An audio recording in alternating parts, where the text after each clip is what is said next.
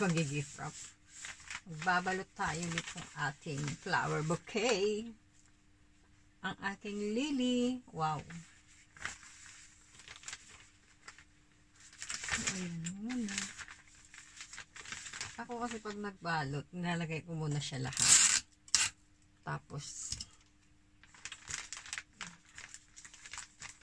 ganyan lang ako magbalot. Very simple. Tapos ito, naghati ako niyan. Hinati ko yung, syempre isang buo, hinati ko siya. Tapos, hinati ko ulit sa gitna. Parang 1/4 ba. Kailangan lang natin siya lagyan ng konting design para naman matuwa yung ating customer. Yan. Tapos yung customer natin, dito lang natin siya yung customer para matuwa naman yung ating customer. Tapos pag nag-fold tayo, dito lang natin siya ilalagay. Kayo na bahala kung saan nyo siya pwedeng ilagay, saan nyo gusto. Basta ako, pag nagbalot ako kasi, pag nag-wrap ako, ganito muna ginagawa ko. Tapos yung mga snip-snip na ganyan, mamaya na yan natin ayusin. Tapos itong kabila naman, kahit hindi siya magkapareho nito, pwede siyang kabilang ganyan. Yan. Basta magkaroon lang siya ng tupi-tupi. Fold na hindi siya pantay-pantay para makita yung design niya na. Design yung ganitong, ayan, katulad yan, ganyan. Or kahit na anong gusto nyo. Yan.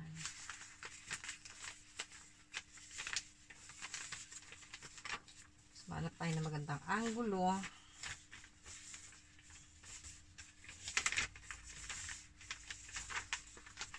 So, kasi ito. Yan, tupi-tupi na. Makailang tupi na tayo. Wala pa rin tayo makuha magandang angulo. Ganyan talaga pag nagra-wrap. Kailangan humanap ka talaga ng magandang angulo sa buhay. Hindi yung magulo sa buhay, angulo sa buhay. Yan. So, kailangan natin ng scotch tape. So, ayan. Ganyan na itsura niya na. Yan. Ito na pala itataas para makita nyo. Tapos, ito, pwede mo siyang itupi dyan sa ganyan. Ayan natin likod. Asap na, maganda pa naman. Tapos, so ayan na. Pwede mo na siyang i-fold na pa ganyan. Hawakan mo na lang siya. Para makita mo na kung ano yung palalabas na ng itsura niya. Ayan.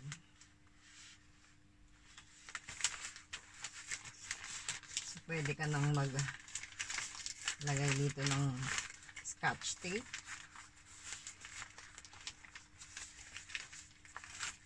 Ayan.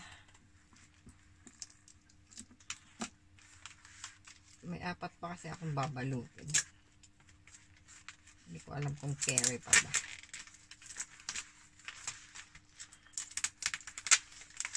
Ayan. Balutan nyo lang siya ng packing lang scotch tape.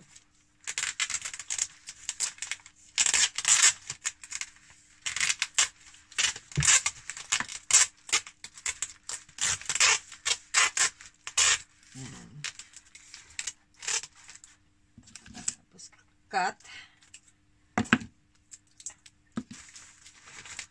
Yan. Pasilahin nyo lang siya dito sa dulo para maunat yung kanyang, hindi siya malulukot. Ayan. Hindi pa siya tapos ha.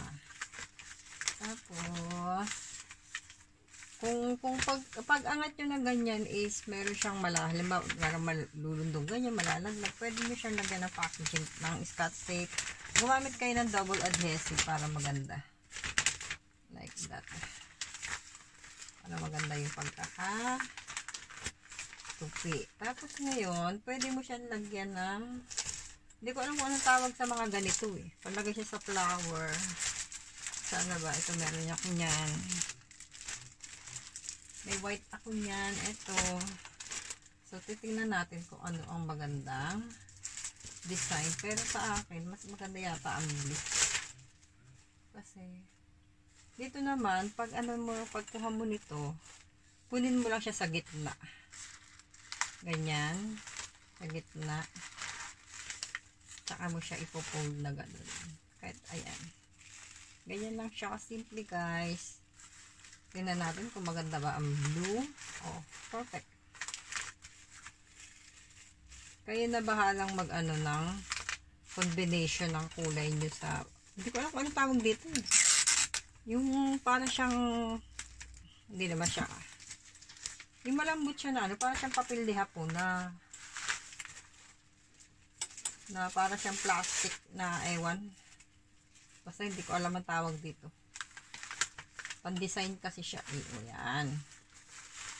So, ngayon, lagyan lang natin siya ng scotch tape.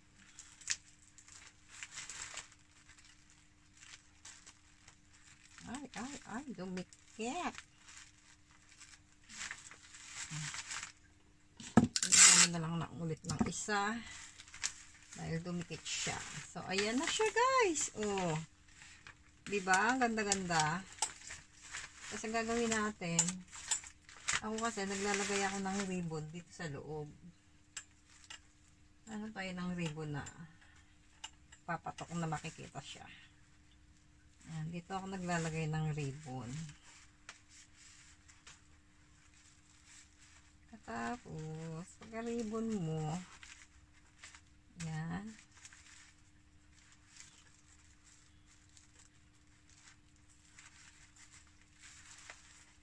Saka mo na siya balutin na. Yung pambalot ko ng plastic, ganito, dalawang klase siya, dalawang size. Isang size, ano yata to, 13 inches. Yung dito ha. Yan, 13 inches. Tapos isilid mo na siya dito. Ako kasi naglalagay niyan talaga. Para maganda